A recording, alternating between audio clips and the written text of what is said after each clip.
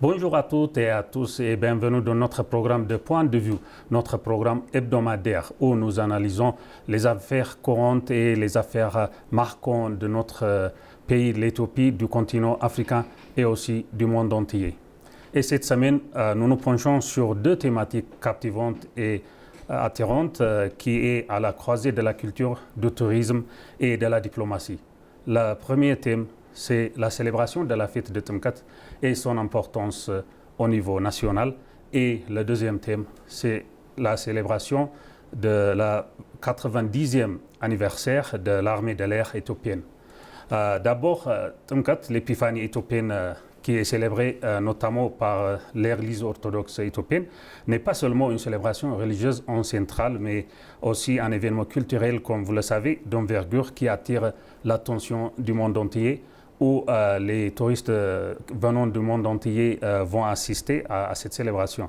Au fil des années, comme vous le savez, Tumkat est devenu un puissant levier touristique au niveau national, offrant aux visiteurs une immersion unique dans les traditions éthiopiennes, la musique, les processions et les rituels spectaculaires et les ressortissants différents. La récente visite, par exemple, du célèbre créateur du contenu numérique, Aisho Speed, a illustré comment la personnalité des réseaux sociaux peuvent transformer la perception d'une destination et susciter l'intérêt d'un public jeune et connecté. Ces interactions numériques amplifient la visibilité du monde international de l'Éthiopie et renforcent son image de destination culturelle et touristique incontournable, invitant les touristes venant du monde entier à venir visiter l'Éthiopie. Ensuite, nous célébrons un jalon majeur, le 90e anniversaire de l'armée de l'air éthiopienne. Les festivités incluent un meeting ou un rassemblement aérien international où la participation d'experts d'appareils de Chine et de Russie souligne l'importance de la coopération internationale et le prestige militaire de l'Éthiopie. Ces démonstrations ne sont pas seulement un spectacle impressionnant pour le public, elles représentent également une vitrine stratégique renforçant la réputation de l'Éthiopie sur la scène internationale et mettant en valeur la capacité à organiser des événements de calibre international. Au fil des émissions, nous explorerons comment ces deux événements, d'un partie la célébration de la fête de Tumkat et l'autre part, c'est la célébration de l'armée de l'air pour son anniversaire, 90e anniversaire, c'est-à-dire ces deux choses contribuent, comme vous le savez, à l'image globale de l'Éthiopie et pour construire une bonne image pour l'Éthiopie et pour démontrer aussi son attractivité touristique et son rayonnement sur la scène internationale. Restez avec nous pour le programme et pour analyser ces deux choses et discuter avec mon collègue Matasabe Oldaragay qui nous rejoint ici au studio. Bonjour. Bonjour. Matasabe. Bonjour. Comment allez-vous? Tout va bien. Pour commencer, revenons sur ce qui est Tumkat. Premièrement, Matasabe, peux-tu expliquer à nos téléspectateurs la signification ou la venue historique de la fête de Tumkat? Tumkat, bien sûr, l'épiphanie orthodoxe éthiopienne célèbre le baptême de Jésus-Christ dans le Jourdain. Donc la célébration vise à commémorer le baptême de Jésus-Christ dans le Jourdain, dans la rivière Jourdain. C'est une fête de 3 jours qui combine des rites religieux, des processions spectaculaires et des rassemblements populaires. Et les fidèles viennent de toutes les régions et même de la diaspora pour y participer. Où on démontre les musiques et les traditionnels aussi, ouais. Et différentes ressortissants religieuses aussi. Ouais. Donc les touristes vont de plus en plus arriver pour célébrer cette fête ouais. en Éthiopie. Ouais, et aussi la fête de Tumkat, comme vous le savez, est inscrite auprès de l'UNESCO en tant que patrimoine immatériel de l'humanité. En 2019? Oui, ça a augmenté son importance au niveau international. Et pour les touristes, c'est un moment unique pour découvrir la culture éthiopienne. Et aussi, c'est l'été, donc aux pays occidentaux, c'est le climat n'est pas confortable à ce temps-là. Ouais. Donc, ils vont préférer de venir ici, visiter et découvrir la culture et les traditions éthiopiennes, y compris la fête de Temkat. Ouais. Et les visiteurs comment vous voyez la célébration des touristes avec les Éthiopiens ici? Les visiteurs peuvent assister aux processions des tabots, des charges de l'Alliance, et voir les prêtres en habits traditionnels, entendre les chants religieux et même participer aux cérémonies. Tout le monde participe à la cérémonie. Et c'est une immersion complète dans une culture vivante. Tout le monde a des habits traditionnels et ils poursuivent. Il apparaît de manière très belle devant le public. Ouais. Et parlons maintenant du potentiel touristique. Les chiffres montrent une hausse de visiteurs étrangers chaque année. C'est-à-dire que de plus en plus de visiteurs ou de touristes vont arriver en Éthiopie pour assister à cette célébration. Donc c'est une immense complète de religion. Donc comment Temkat contribue-t-il concrètement au tourisme et à l'économie nationale? Donc Temkat contribue au tourisme et à l'économie. Il y a plusieurs impacts. D'abord, le secteur hôtelier et la restauration bénéficient directement de l'afflux de touristes. Et on sait bien que l'élargissement des secteurs hôteliers et le développement du corridor a permis au pays à développer, à élargir le secteur hôtelier. Donc, et les artisans locaux, les marchés traditionnels, les transporteurs enregistrent un pic de demande.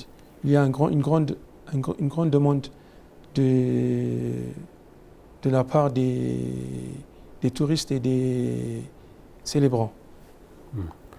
Et aussi, donc, ça va augmenter la devise étrangère de l'Éthiopie. Oui. Et ça va augmenter le revenu national. Et surtout, créer une image positive de l'Éthiopie à l'international.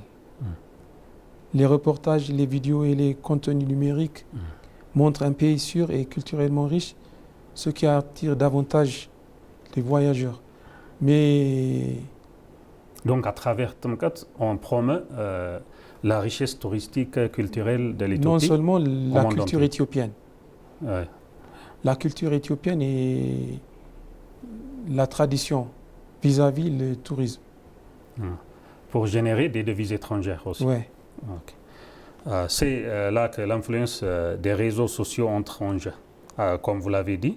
Avec des personnalités comme Aisho Speed et d'autres influenceurs, la visibilité devient très en avance. Donc, ce qu'on appelle la diplomatie numérique ou digitale, c'est ce qu'on fait la promotion de notre pays ou bien l'intérêt national à travers le Facebook ou l'autre réseaux sociaux aussi. Et ça promeut la culture éthiopienne et la célébration de Temkat. Oui, la richesse historique et tradition comme musique, comme d'autres choses aussi. Et donc, leur publication par ces numériques, par ces réseaux sociaux, génère un effet de boule de neige. Donc, les jeunes découvrent l'Éthiopie à travers les contenus dynamiques et modernes, et cela transforme notre patrimoine culturel en véritable attraction touristique pour une audience globale. Mais on dit quelquefois, certains disent que cette tendance ne peut pas se pérenniser. Comment est-ce qu'on peut dire ou répondre à cette question? Mais avec une stratégie bien pensée et bien approfondie, il faut combiner l'attraction, la tradition et la modernité. C'est-à-dire maintenir l'authenticité de Temkat, sa valeur, tout en utilisant les réseaux sociaux, les plateformes numériques et le marketing d'influence pour toucher une audience plus large. Et ça va contribuer. C'est ça ce qui s'est passé. Pour maintenir cette culture, il faut utiliser ces techniques-là. Oui. D'accord. Comment l'Éthiopie peut-elle s'assurer que le tourisme lié à Temkat ne perturbe pas la dimension sacrée de la fête? C'est-à-dire qu'il y a une religion, l'origine c'est la religion pour Temkat, Et d'autre part, il y a la culture qu'on fait lors de la célébration de la Tumkat. Donc, comment est-ce qu'on peut faire la balance entre la dimension sacrée de la fête et l'aspect culturel aussi? C'est une chose sensible. Donc, il faut délicatement voir ceci pour équilibrer entre la religion et le tourisme. Donc, il faut sensibiliser les visiteurs au respect des traditions et instaurer des zones réservées aux cérémonies sacrées. Donc, l'objectif est de partager notre culture sans la commercialiser de manière excessive. Donc, le plus important, c'est de faire la balance entre les deux choses. Alors, un autre point intéressant est la complémentarité entre Tumkat et d'autres événements culturels. Par exemple, certains touristes prolongent leur séjour pour visiter la Libella, le parc national de Semène ou les festivals locaux. Cela maximise l'impact économique et touristique. Donc, à part de la célébration de la fête de Tumkat, qu'est-ce qu'on attend des touristes pour visiter d'autres sites aussi? Donc, Tumkat devient un catalyseur pour un tourisme durable et diversifié. Donc, aux côtés de la célébration de Tumkat, il y a aussi d'autres attractions touristiques. Et en marge de la célébration. En marge de la célébration de Tumkat. Donc, les acteurs privés et publics doivent travailler ensemble pour créer des circuits intégrés et des expériences mémorables. Pour avoir d'autres choses aussi. Oui. Et pour utiliser l'occasion, pour avoir beaucoup de devises étrangères, en faisant les touristes visiter les autres sites comme la Libella, comme Aksum, comme d'autres Ils profitent de la célébration en même temps avec les autres sites aussi. Passons maintenant à notre second sujet, tout aussi emblématique, l'armée de l'air éthiopienne et son 90e anniversaire. Comme vous le savez, l'armée de l'air éthiopienne va célébrer son 90e anniversaire très prochainement. Donc, qu'est-ce qu'on peut dire sur la célébration de l'armée? Donc, la célébration son 90e anniversaire de l'armée de l'air éthiopienne, c'est un jalon national qui illustre l'histoire, la discipline et le rayonnement ou reflet international de notre pays, puisque la longévité de sa création. De son service ou de sa création depuis plus de 90 ans. Ce n'est pas seulement une célébration interne. Elle est accompagnée d'un meeting aérien international qui attire les participants de plusieurs pays, y compris dont la Chine et la Russie. La Chine et la Russie, exactement. Ce type de participation internationale permet non seulement de montrer nos capacités militaires, techniques et militaires, mais aussi de renforcer notre image sur la scène internationale. Donc, il y a un avantage aussi de construire notre bonne image au niveau international, ou on peut dire à l'arène internationale. Donc, l'armée de l'air éthiopienne, c'est le deuxième thème qu'on va discuter. Commençons par rappeler l'histoire. L'armée de l'air éthiopienne a été créée il y a 90 ans. Pourquoi ces anniversaires est-il symbolique? Donc, comme on l'a dit récemment, il marque non seulement la longévité de l'institution, mais aussi son rôle dans la protection du territoire. Par exemple, l'armée de l'air a défendu le pays. Depuis 90, disons. Oui, mais précisément, la guerre éthio-somalienne, l'armée de l'air a joué un grand rôle pour protéger, pour défendre la souveraineté nationale. La souveraineté et sa frontière. D'accord. Et pour l'occasion, l'Éthiopie organise un meeting ou un rassemblement, on peut dire, international. Quels sont les objectifs de cet événement? Donc, il y a plusieurs objectifs. D'abord, renforcer la coopération militaire avec d'autres pays de manière bilatérale, multilatérale. Pour renforcer. Ensuite, démontrer les compétences et le professionnalisme de nos pilotes. Et à la fin, attirer l'attention internationale sur l'Éthiopie comme acteur majeur en Afrique et au-delà, surtout dans la Corne de l'Afrique. Et dans cette célébration, on a dit que la Chine et la Russie vont participer. Et donc la participation de la Chine et de la Russie dans cette célébration est particulièrement intéressante, qui reflète des alliances stratégiques des pays avec l'Éthiopie aussi. Donc, les alliances stratégiques et les échanges techniques et culturels, la participation de la Russie et de la Chine, comme elle était intéressante, elle reflète les deux, les alliances stratégiques et les échanges techniques et culturels. En même temps. Il s'agit d'échanges de savoir-faire, de technologie et de techniques aéronautiques, mais aussi d'une diplomatie de prestige. Accueillir des nations de grande puissance valorise l'image de l'Éthiopie à l'international. Donc, dans le contexte africain, la participation de la Chine et de la Russie valorise l'image de l'Éthiopie à l'international. Pour faire entendre notre voix au niveau international, et y compris la célébration de l'armée, on peut faire entendre notre voix, c'est-à-dire on peut promouvoir notre pays. Dans le contexte africain, notre armée de l'air est un des premiers de l'Afrique. Donc ça va augmenter la promotion de cette armée. Oui. Par son histoire, sa discipline et sa capacité à organiser des événements de grande envergure comme ce meeting aérien, cela montre que l'Éthiopie est capable de jouer un rôle de leader régional dans la Corne de l'Afrique et d'attirer l'attention internationale. Okay. Un aspect souvent ignoré est l'impact médiatique et numérique. Les vidéos du meeting aérien ou des rassemblements circulent rapidement sur les réseaux sociaux comme Facebook et augmentent la visibilité du pays, comme on a dit. Oui, exactement.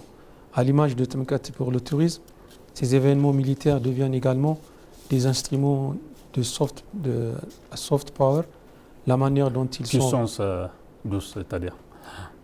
Oui. La manière dont ils sont relayés par les médias internationaux influence l'image de l'Éthiopie auprès des investisseurs, des partenaires et des touristes potentiels. Bien. Un autre point, ces manifestations renforcent le sentiment de fierté nationale. Ces célébrations, elles montrent que l'Éthiopie possède des institutions très renforcées et très basées, et robustes et compétentes, capables de rivaliser sur la scène mondiale. Donc cela crée une dynamique positive. Les jeunes voient des modèles de discipline et de compétences. Quand ils voient la force de l'armée de l'air, la force aérienne, et ce qui peut les inspirer à rejoindre l'armée ou s'investir dans des carrières techniques et scientifiques. Ils peuvent se pencher à s'investir dans des carrières techniques et scientifiques. Revenons dans notre thème principal, les deux thèmes, qui est la célébration du 90e anniversaire de l'armée de l'air. Et quels sont les points communs? C'est-à-dire, si nous faisons le lien entre nos deux sujets, on remarque un point commun. L'Éthiopie utilise ses atouts culturels et les institutions pour se promouvoir à l'international. C'est-à-dire, à travers la célébration de la culture, l'Éthiopie va faire promouvoir soi-même et aussi par la diplomatie. C'est-à-dire, y compris par la célébration de la 90e anniversaire de l'armée de l'air. Oui, que ce soit Timkat ou l'armée de l'air, il s'agit de valoriser notre patrimoine et nos compétences. Les deux événements attirent l'attention du monde et génèrent des retombées économiques et renforcent notre soft power. Et avec l'ère numérique et les réseaux sociaux et les mises à jour, ces effets sont amplifiés et renforcés. Les influenceurs, journalistes et médias spécialisés deviennent des relais essentiels.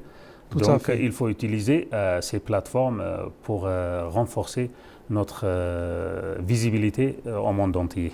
Ce qui montre une stratégie cohérente entre culture, tourisme et institutions nationales pour transformer l'image du pays.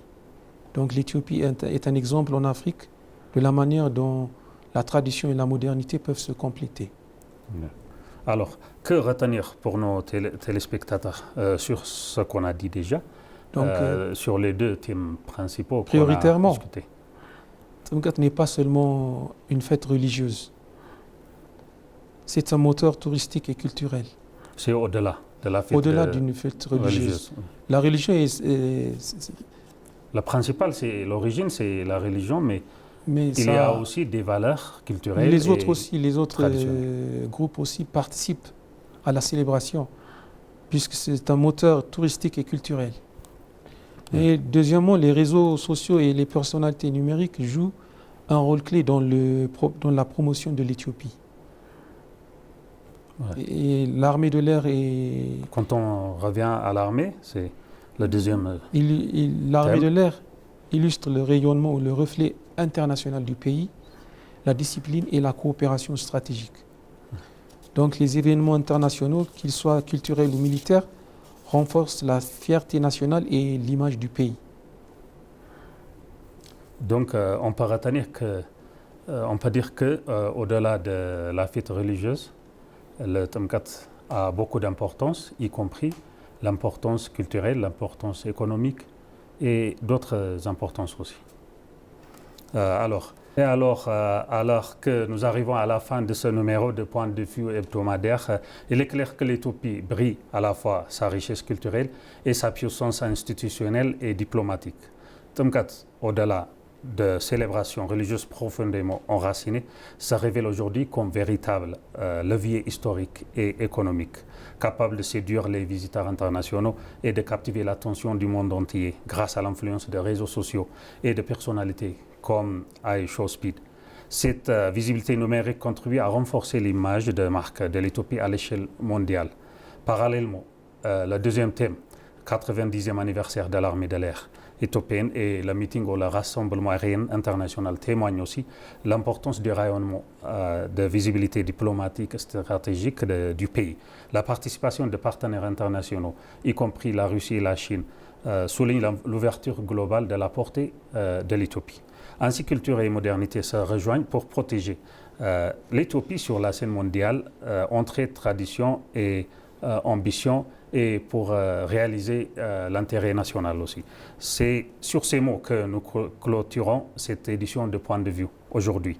Restez curieux, restez connectés. Merci Mata Saber pour cette discussion approfondie et enrichissante. Merci à vous. Merci à vous aussi, chers téléspectateurs, de nous avoir suivis. À la semaine prochaine pour de nouveaux numéros de Point de vue hebdomadaire et excellente journée.